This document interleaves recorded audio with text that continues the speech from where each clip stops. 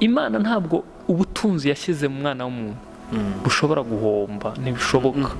Nkeretse nyine wayinaniye. Igikomeye si icyo twe dushaka gukora, oya, igikomeye ni uko Imana iguma kutwihishurira.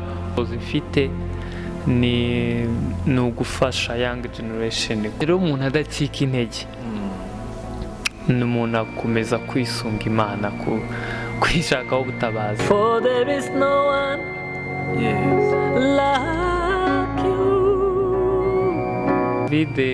Covid yarampemukiye, ariko reka mvuge ngo ni umugambi w'Imana. Kristo ntabwo asa n'ibihe, ariko agendana n'ibihe. Uko ibihe bimeze se koko, niba ibihe bikomeye tureke kuramya Imana, tugomba kuramya.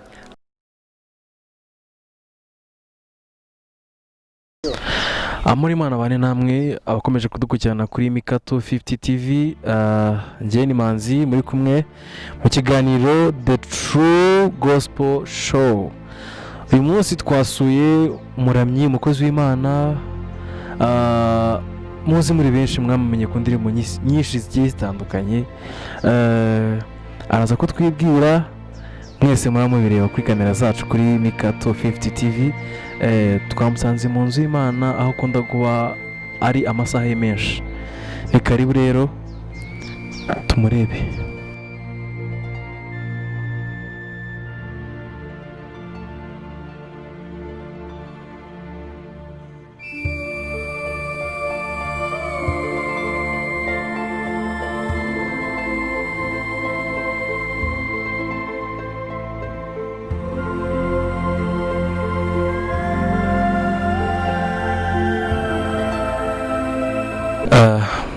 Nk'uko twabibabwiye, tumwe n'umukozi w'Imana mukunda muri benshi. Araza kwibwira birambuye kurusha uko nyina akabaye amuvuga. Ndabizi ko mukunda ndetse cyane. Ni umuramyi, ni umuntu uciye bugufi, ni umuntu ufite ijambo ry'Imana muri we, ufite umwuka w'Imana muri we. Tumuhaye ikaze mu kiganiro. Murakoze cyane. Amazina yawe ukwita nde? Nitwa Yves Rwagasore, nkaba ndi umuramyi, umwanditsi w'indirimbo, umuhimbyi se, n'ibyo cyane. Murakoze. Yves ni muntu ki ko batamuzi? Umva urakuze ufite cyane nk'umuramyi. Tujye mu buzima bwa Yves, ameze gute? Tubwira. Ndacyari umusore, ndi ingaragu, ndakijijwe cyane. Reka mvuge ngo nahamagariwe kuramya Imana biciye mu buryo bw'indirimbo, ijambo ryayo muri ubwo buryo.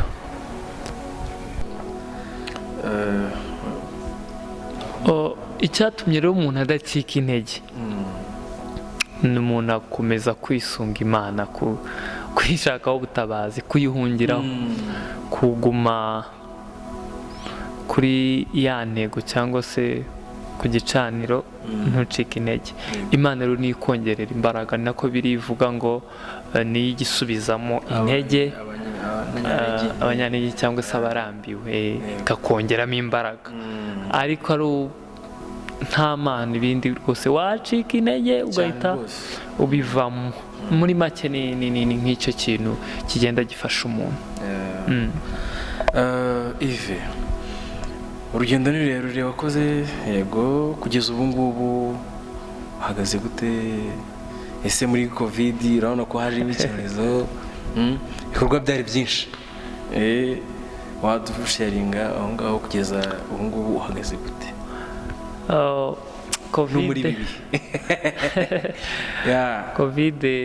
Covid yarampemukiye, ariko reka mvuge ngo ni umugambi w'Imana.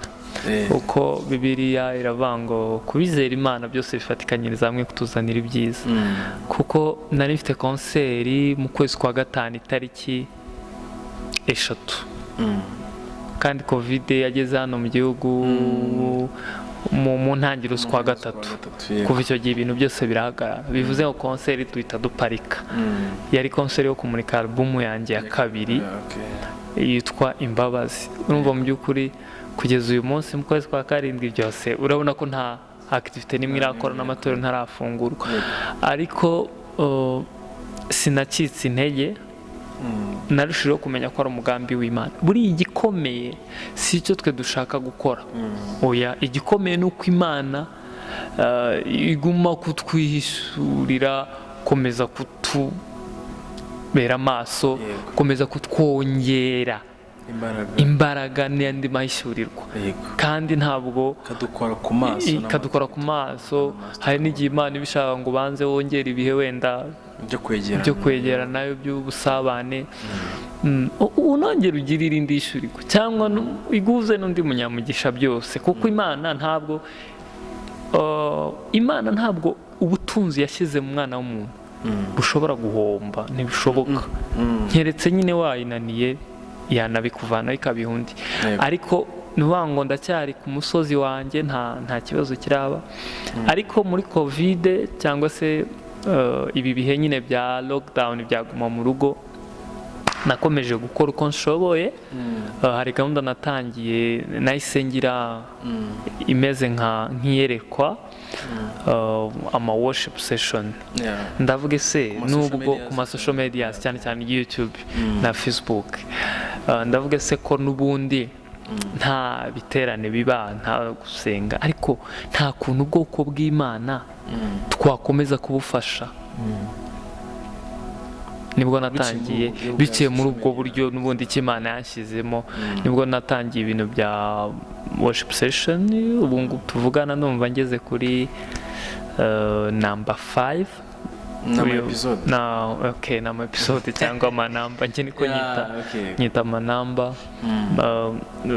Uyu munsi ndi kuri number 6 gutyo, kandi nagiye mbona biha abantu ihumure, bituma abantu aho umuntu ari mu rugo, aho ari hose, akawocinga, tugafatikanya kuramya Imana.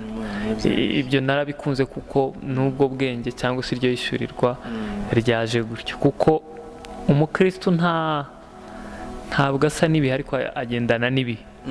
Uko ibihe bimeze se koko, niba ibihe bikomeye tureke kuramya Imana, tugomba kuramya, ahubwo tubikore gute? Rero n'ubwo buryo twabikoze gutyo, kugira ngo n'umuntu ntabwo mbasha kumugeraho, ntabwo wenda turi buhurire ahantu mu internet, ariko hari ubundi buryo twaramya twese mu buryo nyine bw'ikoranabuhanga. Nibutsa abadukurikiranye kugira ngo mukomeze mwirinde iki cyorezo cya COVID-19. Ntabwo byoroshye kukirinda, nta kundi ni ugukaraba intoki kenshi, ku bafite amazi mukayakaraba n'isabune kenshi, n'abafite za sanitizer nabo bakazikoresha neza, n'abatega moto nabo bakagenda twa dutambaro. Yego, sibyo buriya? Nibyo. Nawe ujya ubikoresha? No gukaraba cyane ndabikoresha. Sasa ikibazo nashaka kubaza, Yves, urugero nk'igihe watangiriye, nta mwana uraguhamagara ati ese ko dufite ubushobozi bukeya kandi tukaba dufite impano, hari ukuntu mwadufasha? Nta mwana urakugerageza muri iki kibazo byibura mu gihe watangiye urugendo rw'umuziki wawe? Kuko urumva harimo urugendo rurerure cyane, mu byo we nabyo ni byinshi cyane. So urumva byanze bikunzemo n'abandi bantu bafite impano bakiri hasi. Urakoze.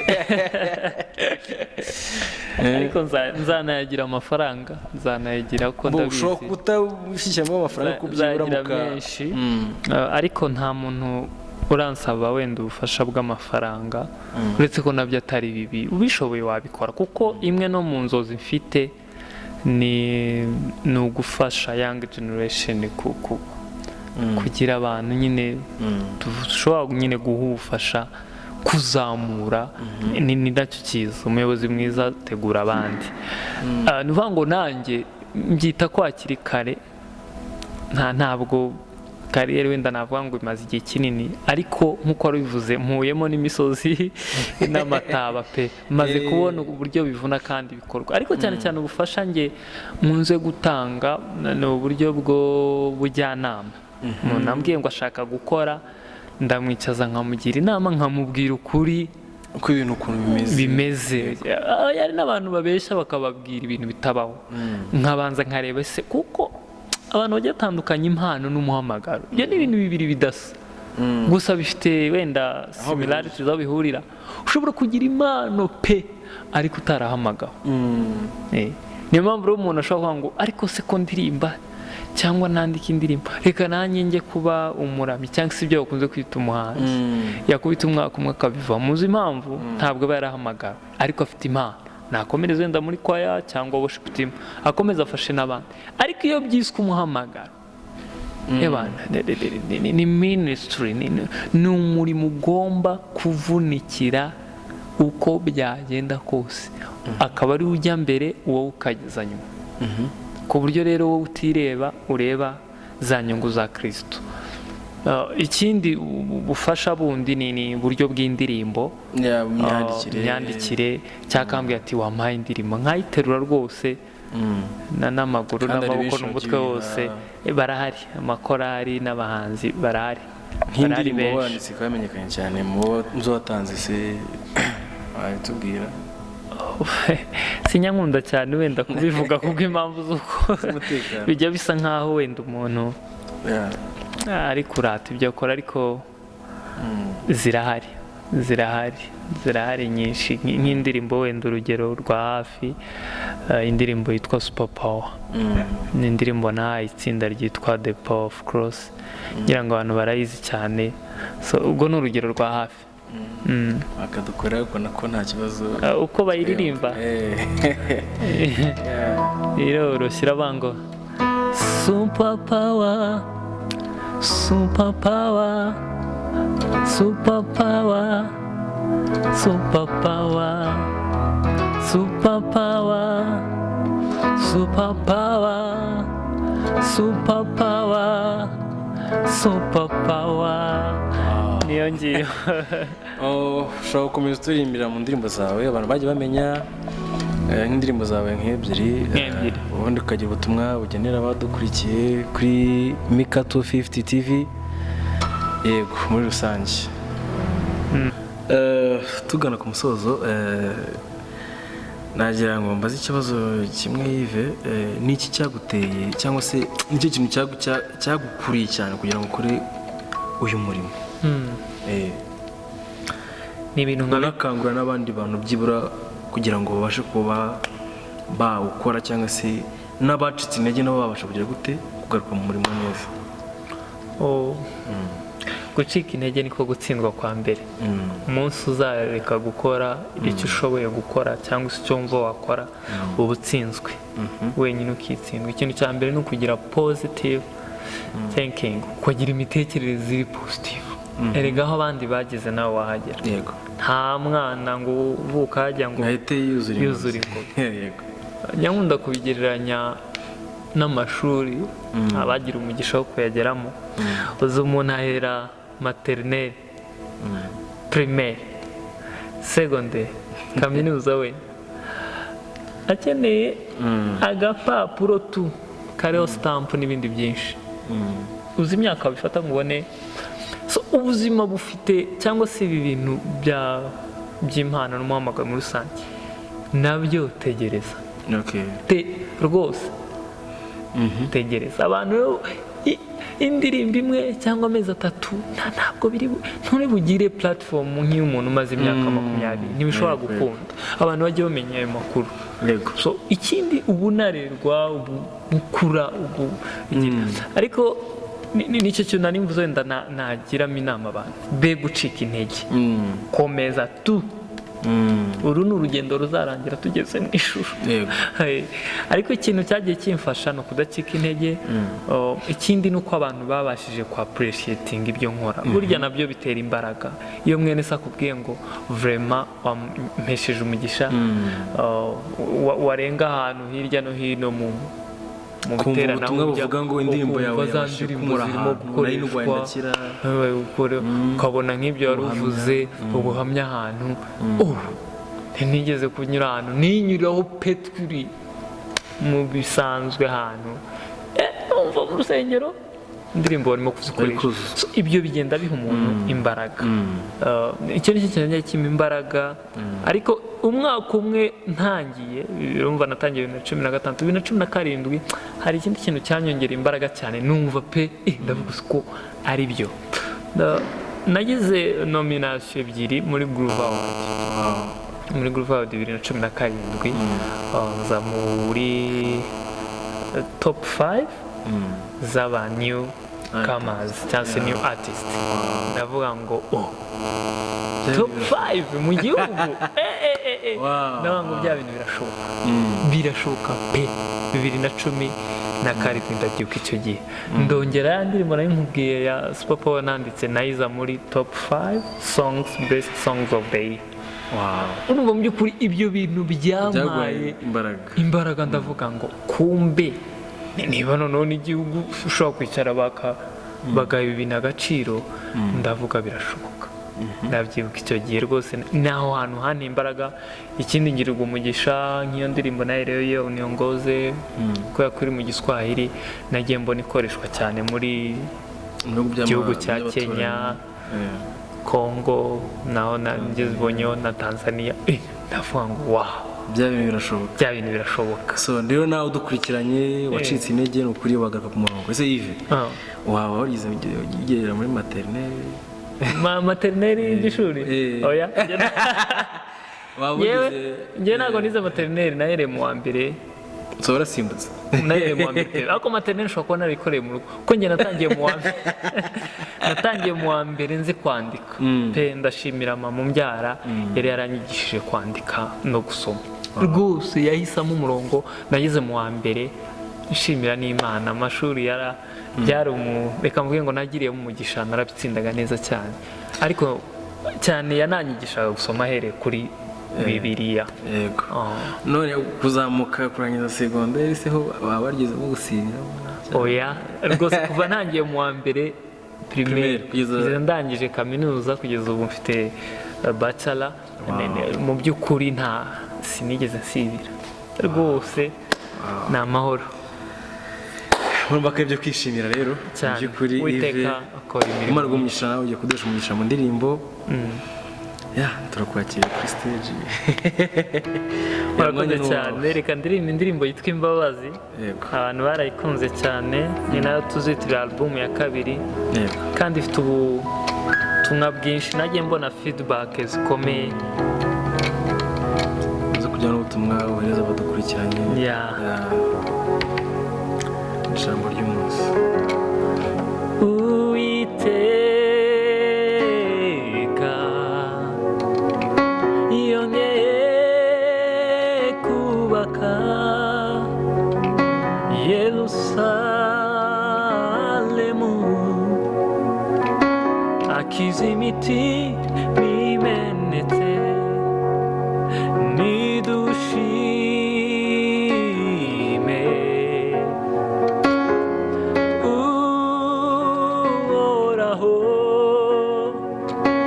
kuko imbabazi ze zihora kwiteka. Imbabazi ze nyinshi nizo zituma tudashira. Imbabazi ze nyinshi nizo zituma tudashira. Imbabazi ze nyinshi nizo zituma tudashira. Imbabazi ze nyinshi nizo zituma tudashira. Turacumura ikatubabarira, tuva mu masezerano ikatubabarira. Turacumura ikatubabarira, tuva mu masezerano ikatubabarira. Turacumura ikatubabarira, tuva mu masezerano ikatubabarira. twongere turacumura ikatubabarira tuva mu masezerano ikatubabarira indi rimwe turacumura ikatubabarira tuva mu masezerano ikatubabarira. Haleluya haleluya. ibasha gukora ibihambaye Elohim Imana ikomeye ibasha gukora ibihambaye Elohim Imana ikomeye ibasha gukora yes ibihambaye Elohim Imana ikomeye ibasha gukora ibasha gukora ibihambaye Elohim Imana ikomeye ibasha gukora ibasha gukora ibihambaye Elohim Imana ikomeye. Imana ibaha umugisha mwinshi. Ubutumwa natanga, dufite Imana idukunda, Imana ituba hafi.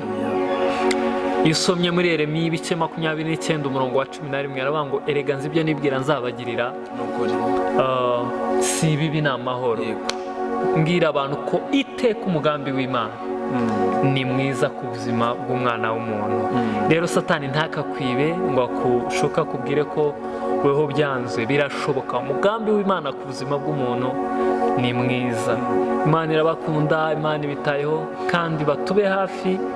Imbere ni heza, hari ibihangano byinshi byiza Uwiteka yaduhaye numva bizabohora imitima ya benshi.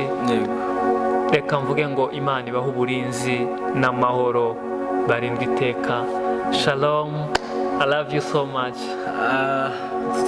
Tutarasoza hari indirimbo numvishe nkumbuye kumva ndirimbira uririmbira abadukurikiranye ngo teach me your way, touch me again.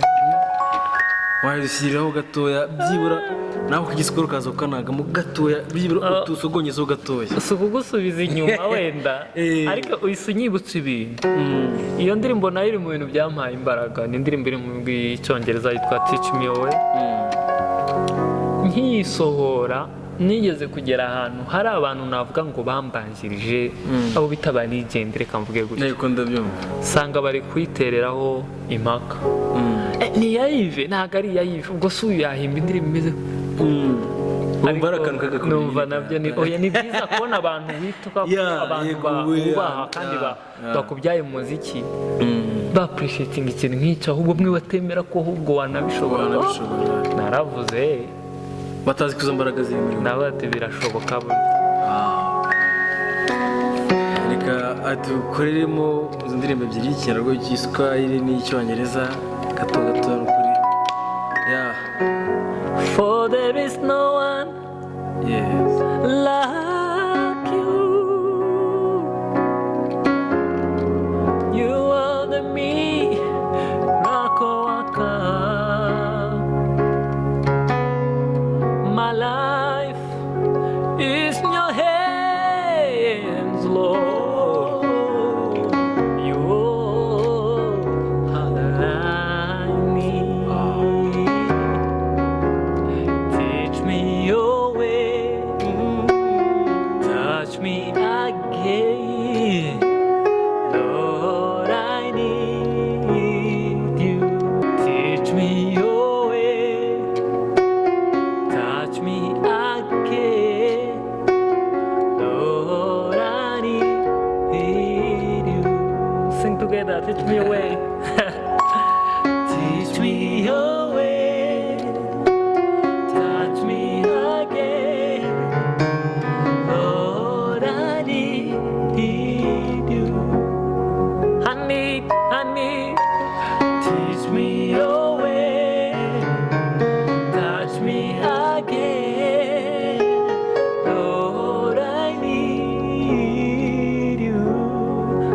first one. Teach me your way, teach me your way. Touch me again, Lord, I need you. Uniongoze kwa njia yako, tena unibariki, Mungu wa milele. Uniongoze kwa njia yako, tena unibariki, Mungu wa milele. Uniongoze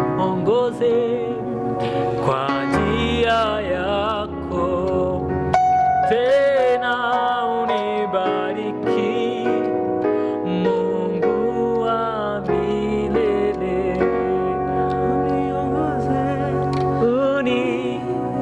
Uniongoze kwa njia yako, tena unibariki, Mungu wa milele. Wow! Asante sana. Murakoze cyane abadukurikiranye, ni ukuri njye numva nafashijwe. Amen. kandi ndetse cyane Yves marwumisha cyane kuko twakira. Turi muri ni gospel Fellowship Church. Yeah. Yego. Cross Gospel Fellowship Church. yego. So ni ukuri turanezerewe, turagushimira Asante cyane sana. umwanya waduhaye, wadusanyije iby'umwuka n'iby'umubiri. Amen. Yes, yeah. So rero turabashimira badukurikiranye, muri gukora subscribe kuri Mika 250 TV. Wababwiye imbuga nkoranyambaga zawe ukoresha? Instagram, Facebook ndetse na YouTube channel yanjye ni Yves Rwagasore. Rwose iyo ugiyeho ugasubscribinga kuri channel ubona ibihangano byose.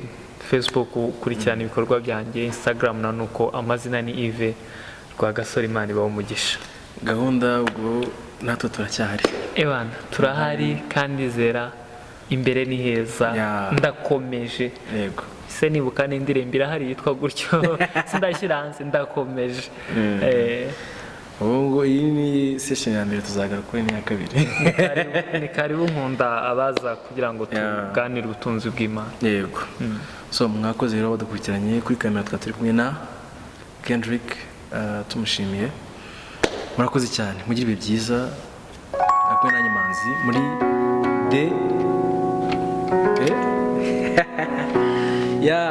The True Gospel Show.